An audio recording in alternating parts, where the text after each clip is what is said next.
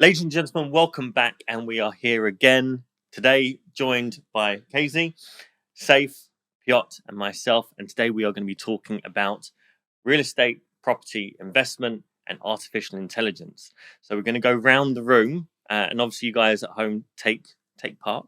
But we're going to go round the room. We're going to talk about how we feel about AI, where it started, where it's going potentially, and our daily use of AI, what we all use AI for. Remember, people, some children may be watching the channel, so keep it PG-13.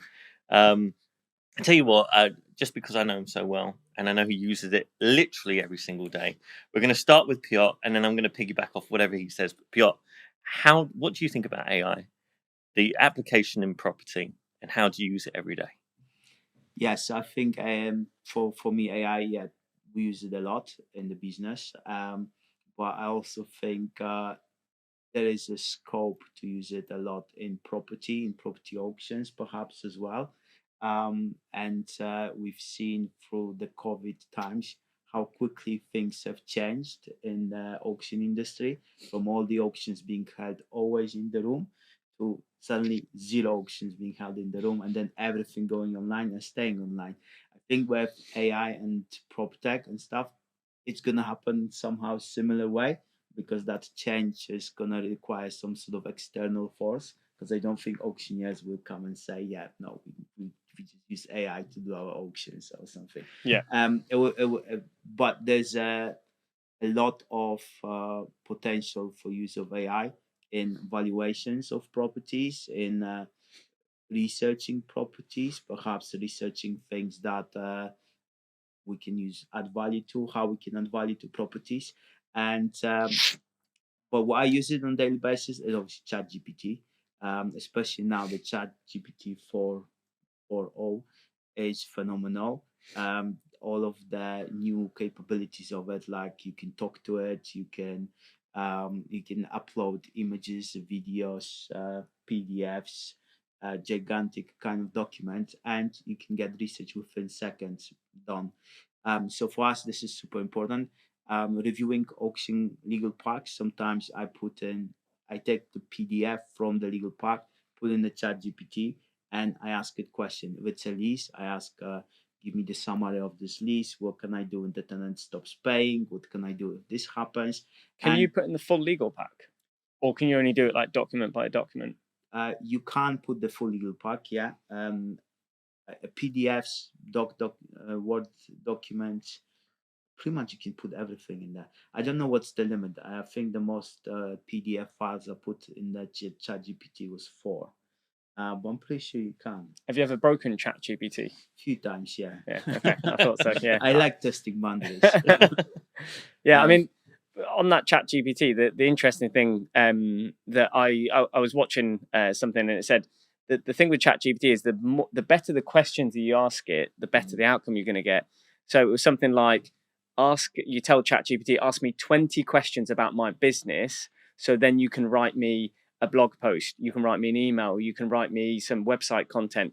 But the fact of it asking you 20 questions about your business was like revolutionary, because it got to know your business before it actually did that as well. Mm-hmm. So do you find that with ChatGPT, that the better questions you ask it, the better outcome you're going to get? Yeah, sometimes I expect what the answer should be from ChatGPT, so I just use it to like do everything. But sometimes when I ask a lazy question, this is a completely wrong answer. Very completely generic. Not what I wanted. Yeah. And right now, what I use it for as well is you can create your own GPT. So basically, what you do is like you describe like general context and general things about your business, about your things. You put in ChatGPT and it's stored there. And then when you ask a question, ChatGPT, it takes into account all you talked about your business. It knows your business, knows what you do. That's good. So it knows the content, the background context, not just like generic. Yeah. Didn't you use it recently as well for lease valuations, like lease extension valuations as well? Yeah, so that was mostly for getting ChatGPT to give us the formula, like a guide, basically. And then once it had that formula, we gave it some numbers and it calculated things. And it was pretty accurate, wasn't it? It was fairly accurate, but with lease valuation, it's all about the numbers you put in. So the formulas are, everyone knows formulas, but it's about picking the numbers, the end value of the property, the percentage rate of deferment and stuff. Yeah, I mean, we use HomeTrack for our valuation, so it's like an automated desktop valuation. But just recently, I can't remember off the top of my head what it's called. I think it might be FinViz or something like that. But someone sent me a company that's an AI generated RICS survey, basically. So so it's an AI generated RICS survey. So you put all your details in, it will automate an AI evaluation, send it back to you, and it will be checked by a RICS surveyor as well at the same time. So 95% of the work is done by AI. 5% is someone has to put their name, MRICS or whatever it is, and sign it. But it's an AI generated valuation. How many down valuations do you expect on that AI model to start off with, right? Because one of the things with RICS is that they're always quite negative on the end value because they're held to account by the bank or whoever. Could you imagine if they didn't have full oversight over the full writing of the report and then had to put their name to it? Yeah. I mean, these guys they've taken on a few banks, like smaller niche banks as well. So they're starting to do desktops because the likes of like Together Finance and stuff like that, they use desktop, they rely on desktop quite heavily, but this gives them a RICS stamp on it as well, which is obviously a lot more meaningful.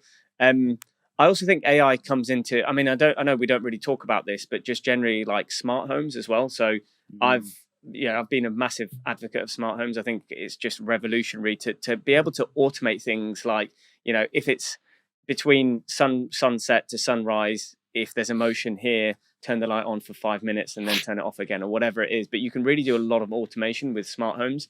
I think smart homes is the future, where you have, the curtains open on their own in the morning, etc. So it's just all of this. You even got things like your robot vacuum cleaner that has cameras now. So when you're out the house and it's automatically vacuum cleaning, it's also a security camera for you as well. Wow. So it's monitoring motion, it's monitoring security. The tech industry is on another level. But I think that the interesting thing, not necessarily in terms of property specifically, but Samsung have brought in AI now. So if you have the latest update on Samsung, especially like the S24s and stuff, so it can automatically translate. So we've had this in our cash buying company where we've had people call in, but they don't know how to speak English and they want to sell their house. So a Chinese lady wants, I think, someone that spoke Persian, etc. And we had to get a translator on, etc. You've got now AI built into your phone. So if someone speaks Chinese to you, you hear it in English. When you speak English to them, it translates it in Chinese to them automatically, which is insane. And we've got that on our phones now. This is not something that's going to come in. We're moving into the realms of science fiction, right? It's nuts. I just don't know why you would want a camera on your Hoover. I feel like that's excessive. Like I was trying to listen and be like, yeah, I understood a lot of it, like the other stuff, but because like I don't feel like I'm not like a Luddite, but I just kind of leave stuff over there. So even in my business, like we use AI. Yeah. But I don't use it. Like the team use it. So they'll like, if we've got our Zoom calls, they'll use like AI to create the summaries and stuff like that and PDFs that people can refer back to, or to create kind of like, sort of mini e-learning bits. And I think there's definitely some amazing applications. Yeah. I think it is a little bit scary. Like, just the idea that, it's a lot of it's scary. Like on your phone, you can be speaking to somebody and they can turn that into another language instantly. Makes me sort of start to question voice ID when I'm calling the bank now, all of a sudden. It's true. Yeah, actually, that's something that one of us, so the company that created this technology that you can, from a 15-second sound bite, you can create anyone's voice like fully, like up super accurate. So they actually, before releasing, they called the banks and they said, like, this, we're going to be releasing this in like 6 months. Like, prepare your systems for potential issues. But you're not even getting into Microsoft are releasing something called Copilot, and Copilot is your AI companion in the laptop. So for example, let's just say you join a Teams meeting late on, you can basically ask the Teams meeting, you can say, please summarize the last 15 minutes of the conversation. Basically, it will give you a summary. It will analyze spreadsheets for you. So if you've got literally just numbers in a spreadsheet, you can say, create me some charts here, show me analysis of this. It can really start to support. And I think that's just the way that AI is really going to start to integrate into what we're doing as well. It is that kind of side of things where it reduces the workload. I actually saw some great stuff that somebody else, another developer, has done, and they do quite a lot of, like, they do a lot of auction purchases. Obviously, everything comes down to GDV and in value. So they created with some plugins, but effectively, like, they utilize AI that would basically examine the photos to be able to tell you whether or not it's Victorian, whether or not, like, they instantly plug into other things like EPC registers to work out sizes, and then go to various comparables. That's pretty good. And I think they end up with, sort of, say for a property, depending on the area, maybe 40 odd comparables that will be ranked from 100% to maybe 50% in terms of relevance, and then create ideally an accurate end value for a potential property.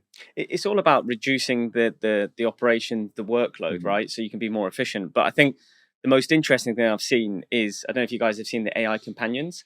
So there's an AI companion, which is literally a brooch. You can literally just pin it on you, and then it will project onto here. It's a tiny little thing like this, project onto your hand. So rather than going onto your phone and ordering an Uber, you can just say, order me an Uber, basically. So we project on your hand, or you can just talk to it and say, order me an Uber. And then you can say, what am I seeing in front of me? And it'll tell you what you're looking at, basically. And I think this is where AI is going, is this is the hardware side of AI. So AI is actually starting to become a day-to-day thing, not just a fancy thing that we all talk about. Because just remember as well, generally, the military is normally about 10, 15 years ahead of us in terms of technology and stuff. So these guys have been using this stuff for years already. We're only just starting to get a lot of this stuff now. Out of everyone here, you don't use it. You've got a team that uses it more often than not, right? But you also have a team. My team does pretty much anything that's applicable to actually business and generating income. The team uses the AI, but I use AI. So I try and write quite a lot of content, whether it's a post or whether it's an article for a magazine, whatever it may be, and I will use AI to streamline some of my thoughts into what articles could be, and then what the finer points of those should be. And then I write an article off the back of that. So I see a lot of people now, and you see it more and more in property with their newsletters going out. And you can see, if anyone's ever used ChatGPT, you can see how ChatGPT writes out a thought. And they don't even change that. They don't change the bullet points and the subheading. And all they just go, okay, ChatGPT's, they probably not even read it. Bang, straight into their newsletter. But I've got a neuroticism about it. So I have to go, I want to have a control. I want my voice. Now, I don't think ChatGPT is too far away from being able to completely mimic my writing patterns and my thought patterns. And probably if we put a lot of effort into it, I probably won't. But if Piotr decided one day, just for giggles, that he'll put a lot of effort into ChatGPT basically mimicking me and then sacking me off the company, then it can do that. But at the moment, I use it badly for things like that. I used it when new legislation comes out. I put the legislation in there, just like, give me the finer points. I ask it for specifics. I always say please and thank you. I'm probably the only human, just in case, if there is an AI uprising, they're like, this guy had good manners. This guy didn't treat me like a robot. This guy knows. Like this fucker over here that just doesn't even this guy's like, no, this is a shit reply. Beep, beep, beep.